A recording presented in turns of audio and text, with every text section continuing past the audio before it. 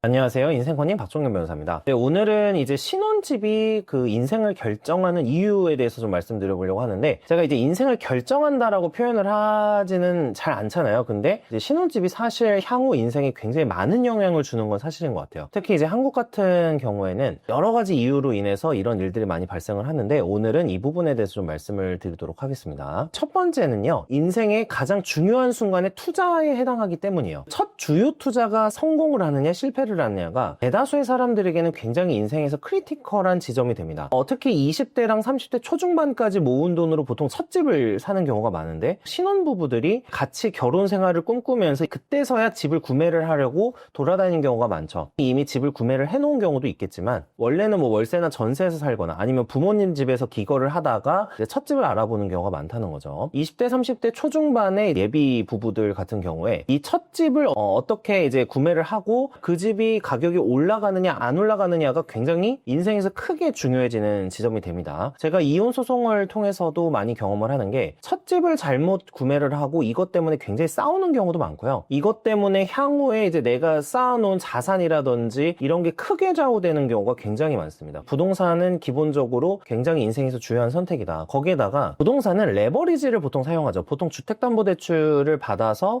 구매를 하는 경우가 많기 때문에 시드머니가 완전히 좌지우지되는 그런 상황이 돼요. 집을 사게 되면은 거기에 내 대부분의 자산이 들어가죠. 뭐 예를 들면은 총 시드머니가 2억이었다라고 하면 보통 집 사게 되면 시드머니가 거의 남지 않게 됩니다. 뭐 1억 8천, 뭐 1억 7천 정도는 무조건 써야 되고, 예비 자금으로 놔둔다고 하더라도 2, 3천 정도를 놔둘 수밖에 없는 그런 상황이 되기 때문에 한 투자에 몰빵을 하는 상황이 돼요. 한 투자에 가용 자금의 전부를 집어넣게 되는 상황이 되기 때문에 이 투자 자산의 그 재산이 묶이는 그런 효과도 발생을 합니다. 신혼부부가 첫 집을 잘못 골라가지고 만약에 시세 상승이나 이런 것을 경험하지 못하고 차익을 남기지 못하게 되면은 그 사람의 20대와 30대 초중반까지 모아놨던 돈이 완전히 후퇴하는 그런 결과를 낳게 됩니다. 이제 투자를 성공을 하게 되면 40대가 돼서 그 자산이 확 불어나게 되고, 여기에서 이제 추가적인 투자를 할 때 핵심적인 시드머니로 작용을 할 가능성이 높습니다. 신혼집을 잘 결정을 해야지 향후 미래가 굉장히 탄탄할지 아니면은 굉장히 어두울지를 좀 확인을 할 수 있는 그런 상황이 되겠죠. 그 다음에 이제 두 번째는요, 생활의 질, 생활의 눈높이를 결정하는 작업이기 때문이에요. 예를 들어서 신혼부부가 이제 첫 집에 이제 구매를 해서 들어가면서 신축 아파트를 구매할 수도 있고, 아니면 인테리어 비용이나 이런 걸 투자하는 경우가 굉장히 많습니다. 뭐 인테리어 같은 걸 투자를 하는 거는 뭐 가령 뭐 3천만 원, 5천만 원, 뭐 많으면 1억 뭐 이렇게까지 투자를 할 수가 있는데, 구축에 들어가는 거를 굉장히 거부하거나 싫어하는 분들이 있어요. 신혼집은 뭔가 새 거 같아야 된다라는 생각을 하시는 분들이 굉장히 많더라고요. 이렇게 되다 보면은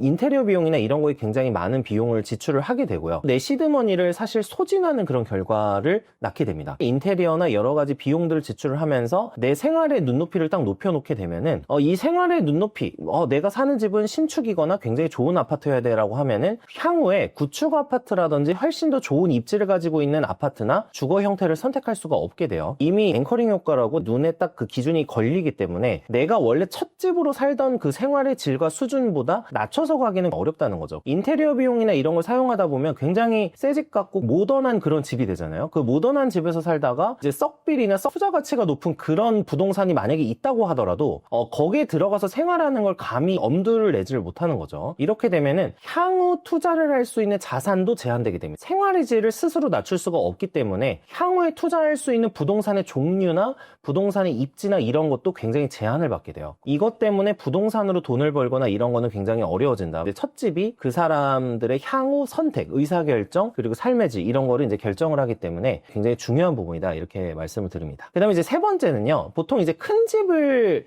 신혼집으로 찾게 되면서 발생하는 일들인데, 가전가구 같은 것들이 있어요. 자, 예를 들면 33평대, 9평대에 들어갔다가 거기에 맞게 가전가구를 세팅을 합니다. 그럼 이제 냉장고도 좀 큰 냉장고가 되고요, 침대도 훨씬 좀 큰 침대가 되고, 여러 가지 뭐 소파라든지 TV라든지 각종 어떤 가전가구, 시설 이런 것들이 다 새 집, 9평 새 집에 맞춰지게 되는 거죠. 근데 이 집에 맞추다 보면은 향후에 내가 서울 지역이 아니었다라고 하면은 구축 아파트의 작은 평수라든지 이런 걸로 또 옮겨갈 수가 없는 상황이 됩니다. 왜냐하면 가전이나 가구 크기가 들어갈 집에 안 맞아요. 가전 가구를 그냥 팔아서 이제 새로운 가전 가구를 구매하거나 이제 중고로 이렇게 구매를 해서 쓰면 되지만, 이미 큰 냉장고에 자신의 생활이 또 길들여져 있기 때문에 그거보다 작은 냉장고, 작은 TV, 작은 침대 이런 걸 쓰다 보면 또 생활에 굉장히 많은 불편함을 느끼게 되는 거죠. 그러니까 이러다 보니까 평수가 작은 평수로 갈 수가 없어지게 되고요. 리스크가 발생을 하게 됩니다. 마지막으로 네 번째, 커뮤니티가 문제가 됩니다. 커뮤니티 같은 경우에는 내가 처음에 신혼집으로 결정했었던 지역에 있는 사람들과 교류를 하게 되잖아요. 갈아타기를 하고 발전적인 부분을 도모하는 분들도 있겠지만 생각보다 많은 분들이 첫 신혼집을 딱 결정을 했을 때 거기서 형성되는 인간관계라든지 거기서 형성되는 아이들 간의 관계, 보통 이제 첫 집에서 아이를 낳는 경우가 많잖아요. 그러면 아이를 출산하게 되면 아이들이 거기 어린이집에 다니게 되고 어린이집에서 또 어떤 관계가 형성이 되고요. 뭐 예를 들면 영어 유치원을 또 보낸다 그러면 영어 유치원에서도 관계가 형성이 되고요. 여러 가지 상황들이 발생을 하는 거죠.